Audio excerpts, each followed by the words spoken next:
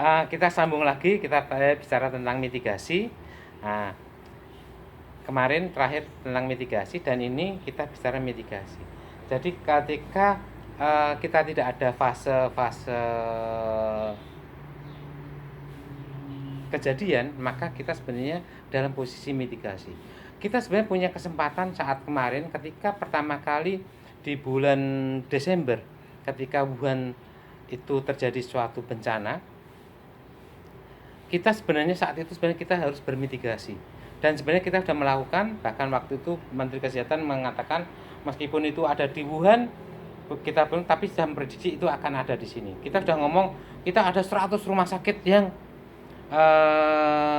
disiagakan untuk melakukan antisipasi, meskipun itu adalah data-data yang berasal dari kasus-kasus yang lalu, tetapi ternyata ini sangat berbeda sekali. Tapi minimal kita sudah melakukan apa itu mitigasi. Kita bicara kemarin tentang struktural dan non struktural mitigasi.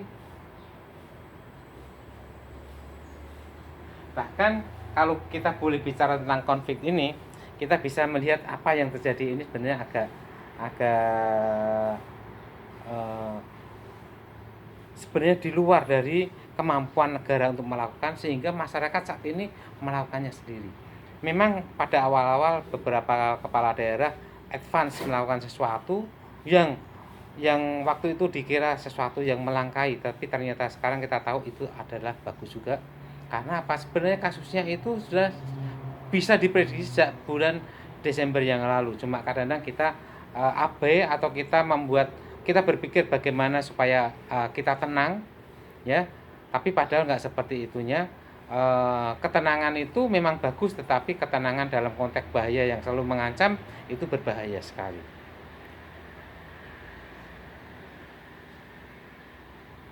Saat ini ketika pemerintah mengatakan belum lockdown, tetapi sekarang desa-desa sudah melakukan mitigasi, sudah melakukan lockdown sendiri, ditutup dan sebagainya, orang masuk di karantina dan sebagainya, yang sebenarnya saat ini belum ada perintah yang khusus tentang itu.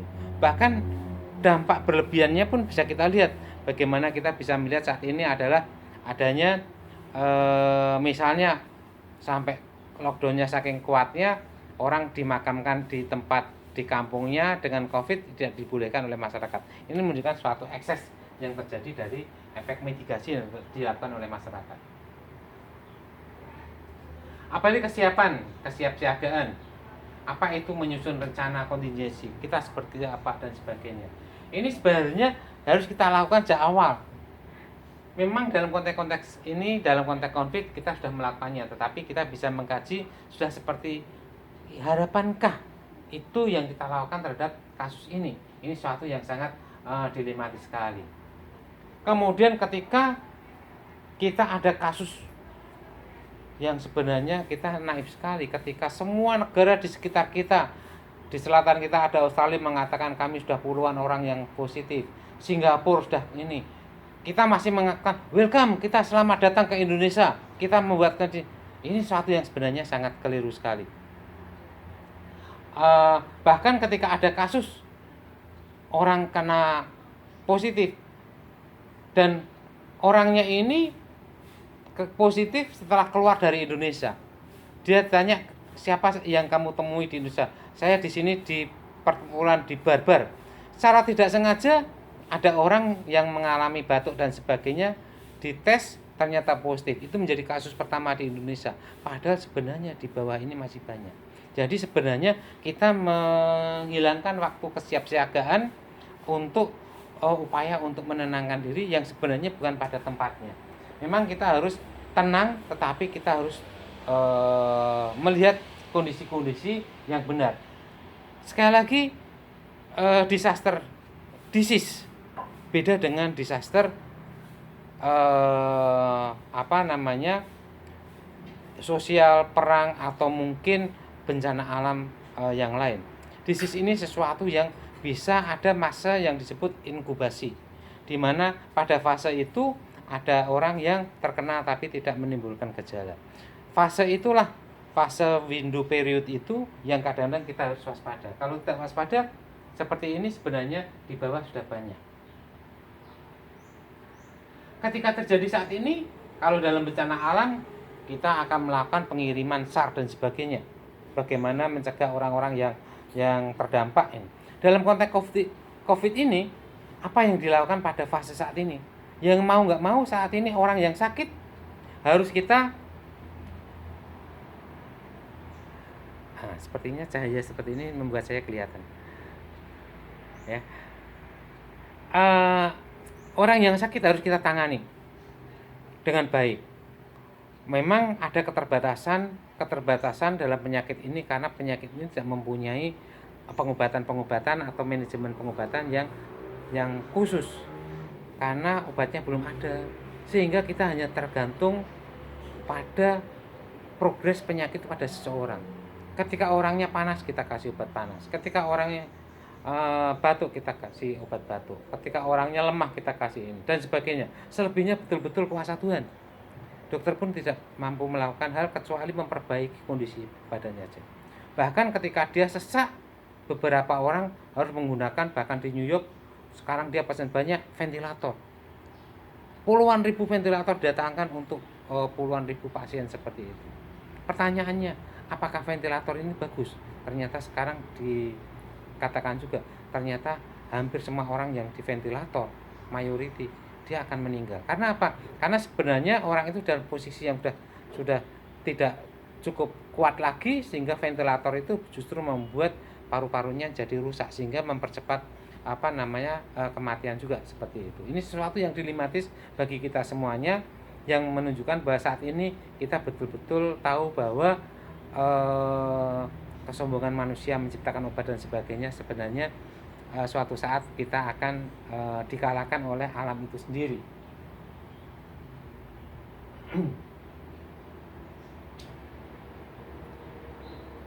Penilaian cepat kesehatan. Nah, disinilah dalam COVID ini sangat betul-betul strategis.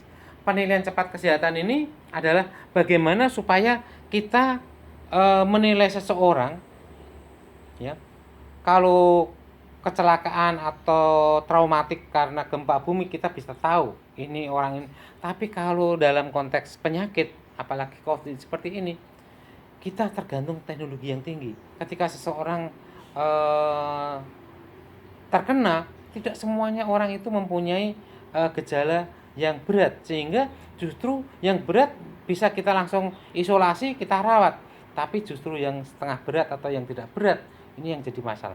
Yang setengah berat kita minta dia isolasi sendiri di rumahnya, kumpul dengan anak istrinya, dan akibatnya anak istrinya terkena.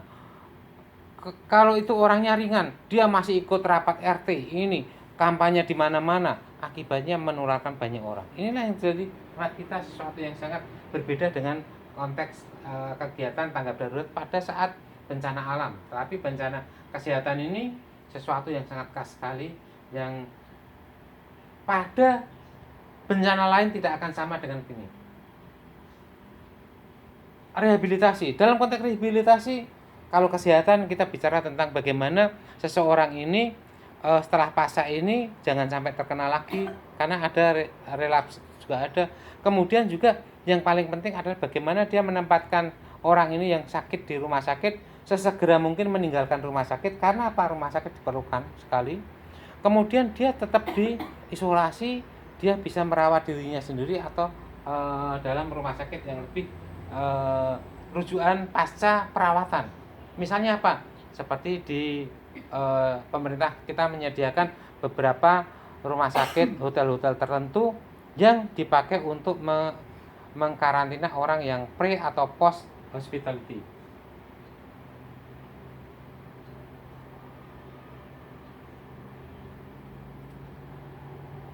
Rekonstruksi. Kalau di dalam bencana alam kita tahu rekonstruksi itu adalah bagaimana kita membangun rumah lagi dan sebagainya. Bukan rumah yang bentuknya adalah rumah darurat, tetapi sudah menjadi rumah hunian tetap, huntap seperti itu. Tapi dalam konteks COVID ini luar biasa. Yang terdampak bukan fisikal rumahnya, tetapi fisikal ekonominya, fisikal sosialnya, dan sebagainya. Ini sesuatu yang tidak mudah. Misalnya ketika ekonomi limbung saat ini, bagaimana memulainya? Pabrik tidak bisa bergerak kalau marketnya belum kuat. Market kuat belum kuat kalau orang tidak mempunyai uang untuk membeli. Disinilah ekonomi makro menjadi salah satu tumpuan kita bagaimana menciptakan ekonomi itu bertumbuh. Oleh karena itu dalam kondisi saat ini yang serba kekurangan, hutang negara banyak, ini sesuatu yang tidak mudah bagi bangsa Indonesia. Oleh karena itu kita dari awal bahwa tujuan pembelajaran dalam konteks disaster salah satu yang sangat penting adalah mental development. Bagaimana kita membangun rasa empati kita pada Ibu Pertiwi yang sekarang duka ini. Jangan sampai kita ini menambahi bebannya dengan apa? Dengan suatu tindakan-tindakan yang tidak efisien, tidak efektif, sehingga cost-nya menjadi lebih besar. Kita sangat salut sekali kemarin ada ibu-ibu di koran online, ya. Ternyata ibu ini dikasih beras dengan mengatakan, oh kami masih punya beras, ini kasihkan saja orang yang lain. Ini sesuatu contoh teladan yang luar biasa. Karena saat ini banyak-banyak orang hanya berpikir jangankan tidak diberi, dia akan meminta yang lebih. Bahkan disitulah orang kalau memang betul-betul orang itu kurang, ya apa boleh buat, memang itu hanya. Tapi banyak orang yang sebenarnya punya tapi dia memintanya lebih daripada yang dia harus miliki. Ini yang menjadi masalah di dalam konteks dunia. Dan itulah yang sebenarnya bencana yang sebenarnya.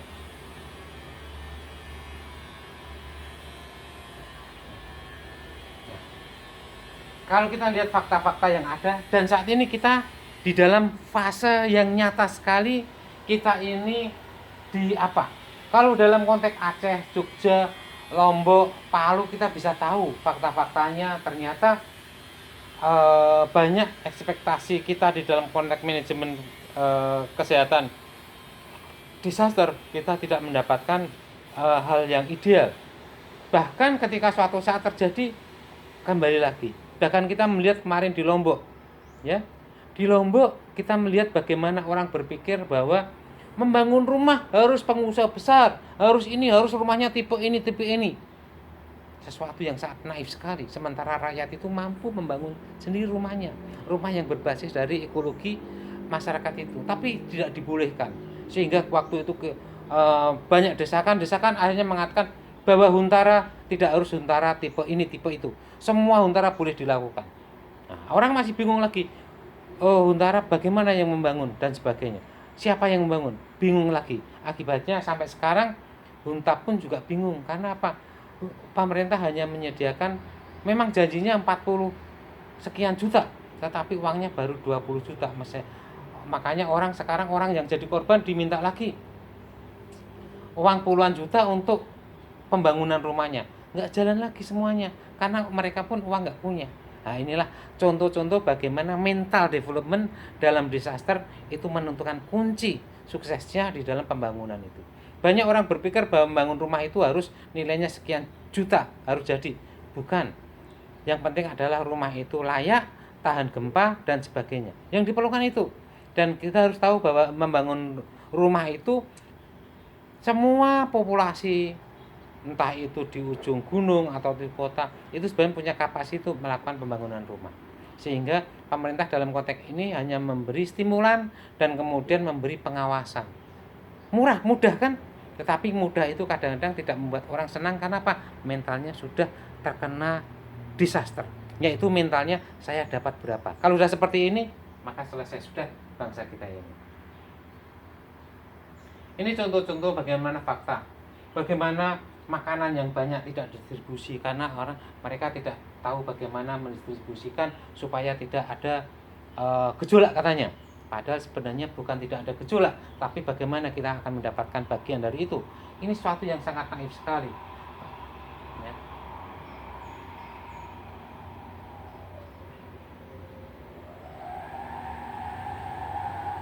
Permasalahan dalam konteks kesehatan, kita punya banyak masalah.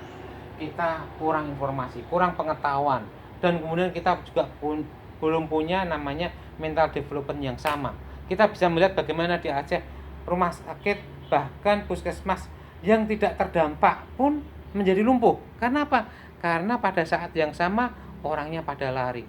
Kita tidak punya undang-undang yang jelas atau peraturan yang jelas menahan tenaga-tenaga strategis termasuk kesehatan ada di tempat. Sehingga tenaga kesehatan merasa dirinya sama seperti tenaga yang lainnya, tidak strategis sehingga dia boleh libur. Ini sesuatu yang sebenarnya tidak boleh terjadi pada kita. Ya. Kita lihat di Sumbar, kasusnya sama. Bagaimana lihat Merapi, ada banyak sekali hal.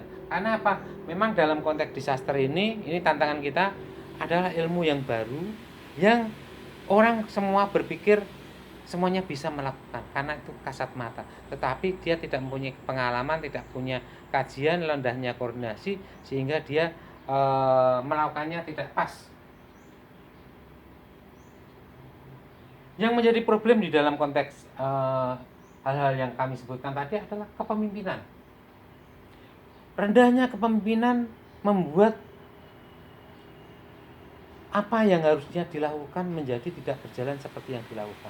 Contohnya saja, ini kasus yang sangat nyata sekali di dalam kasus kemarin terjadi. Bagaimana seorang wakil bupati hanya ditentang oleh seorang RT sehingga tidak mampu untuk melakukan penguburan di tempat. Ini tunjukkan kepemimpinan yang sudah sangat dalam tanda pertanyaan besar seperti itu. Dalam konteks yang lain banyak.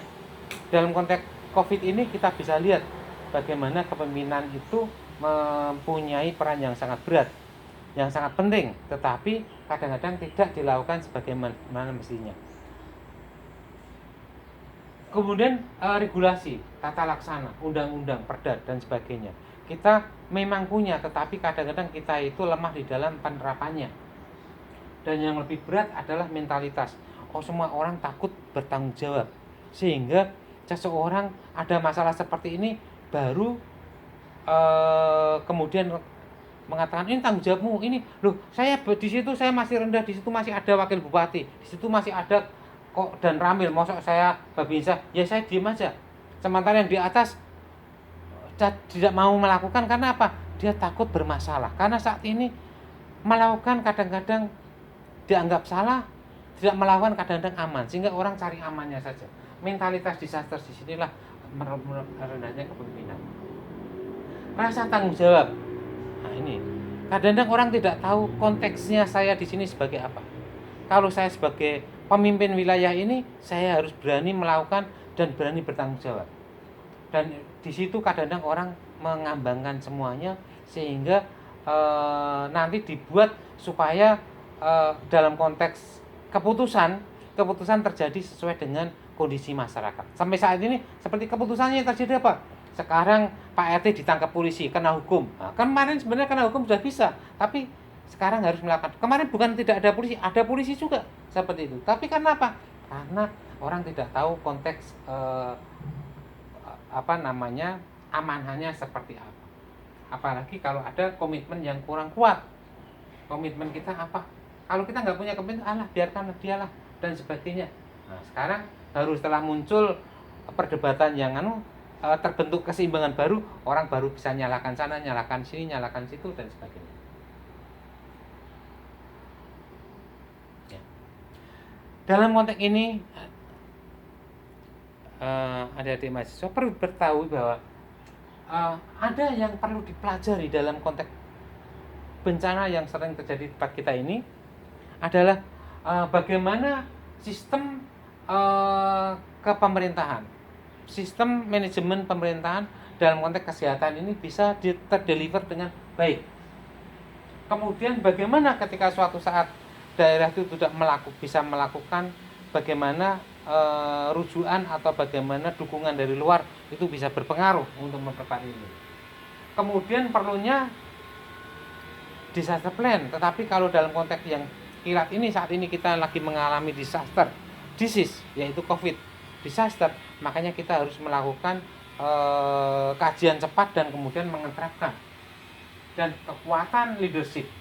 Sekali lagi leadership. Makanya kemarin kami pernah menyurati membuat rekomendasi kepada orang-orang yang harus pada pucuk kepemimpinan. Anda adalah Bapak adalah pemimpin di sini. Anda harus melakukannya. Anda harus melakukan seperti ini.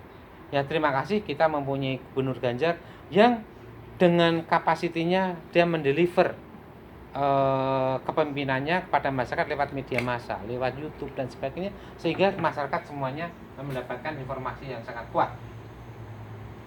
Kemudian sistem informasi. Banyak orang sekarang ini tidak memahami bahwa informasi umum jauh lebih kuat daripada informasi formal. Oleh karena itu, kuasai informasi. Kalau Anda dalam posisi leader, maka Anda harus menguasai informasi dan kemudian harus melakukan sesuatu yang mempunyai informasi kepada masyarakat supaya masyarakat menjadi lebih tenang.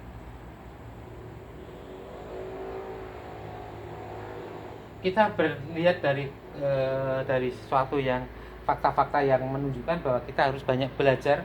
Inilah kesempatan kita untuk belajar bagaimana mengekspresikan ilmu-ilmu disaster kita.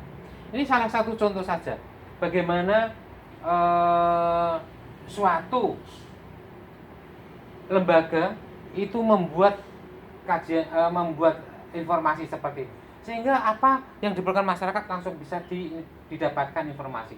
Bagaimana makanan, bagaimana binatang, bagaimana telepon, bagaimana tenaga sukarelawan, bagaimana pelatihan, bagaimana ada semua tertulis sehingga orang bisa mengakses.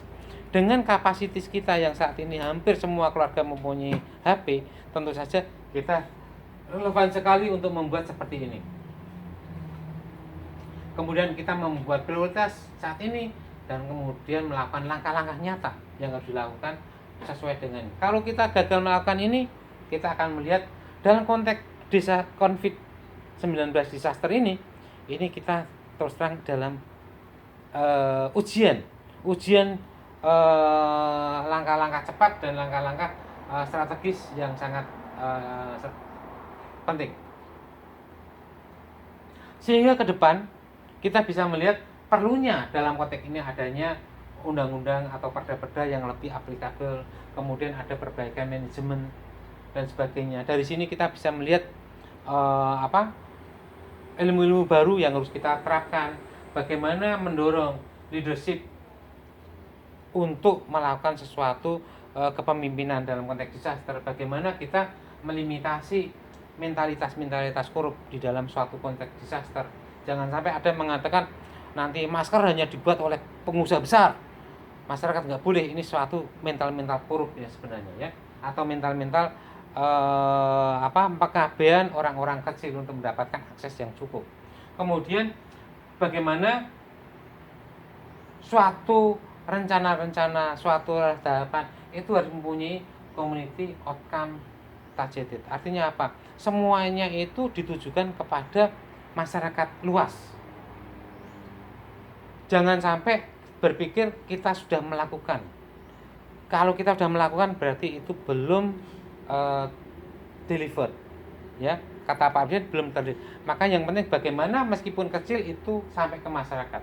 Kemudian bagaimana masyarakat itu yang berdaya, kita dorong keberdayaan mereka ini supaya mereka mampu untuk mengekspresikan keberdayaannya itu mencegah penyakit ini. Contohnya saat ini masyarakat mampu menjahit. Kita dorong bahwa menjahit masker itu yang bagus ya seperti ini. Kami dari sisi intelektual kita mendorong masker itu adalah BJ19. Apa itu? Masker yang pakai tisu. Ya alhamdulillah sekarang hampir semuanya orang memahami itu. Bahkan pakai masker hijab pun pakai tisu. Nah, inilah contoh-contoh karena kita kaji bahwa tanpa tisu maka filtrasinya kurang efektif. Demikian fase hari ini, kita lanjut lagi, kita break sebentar. Terima kasih.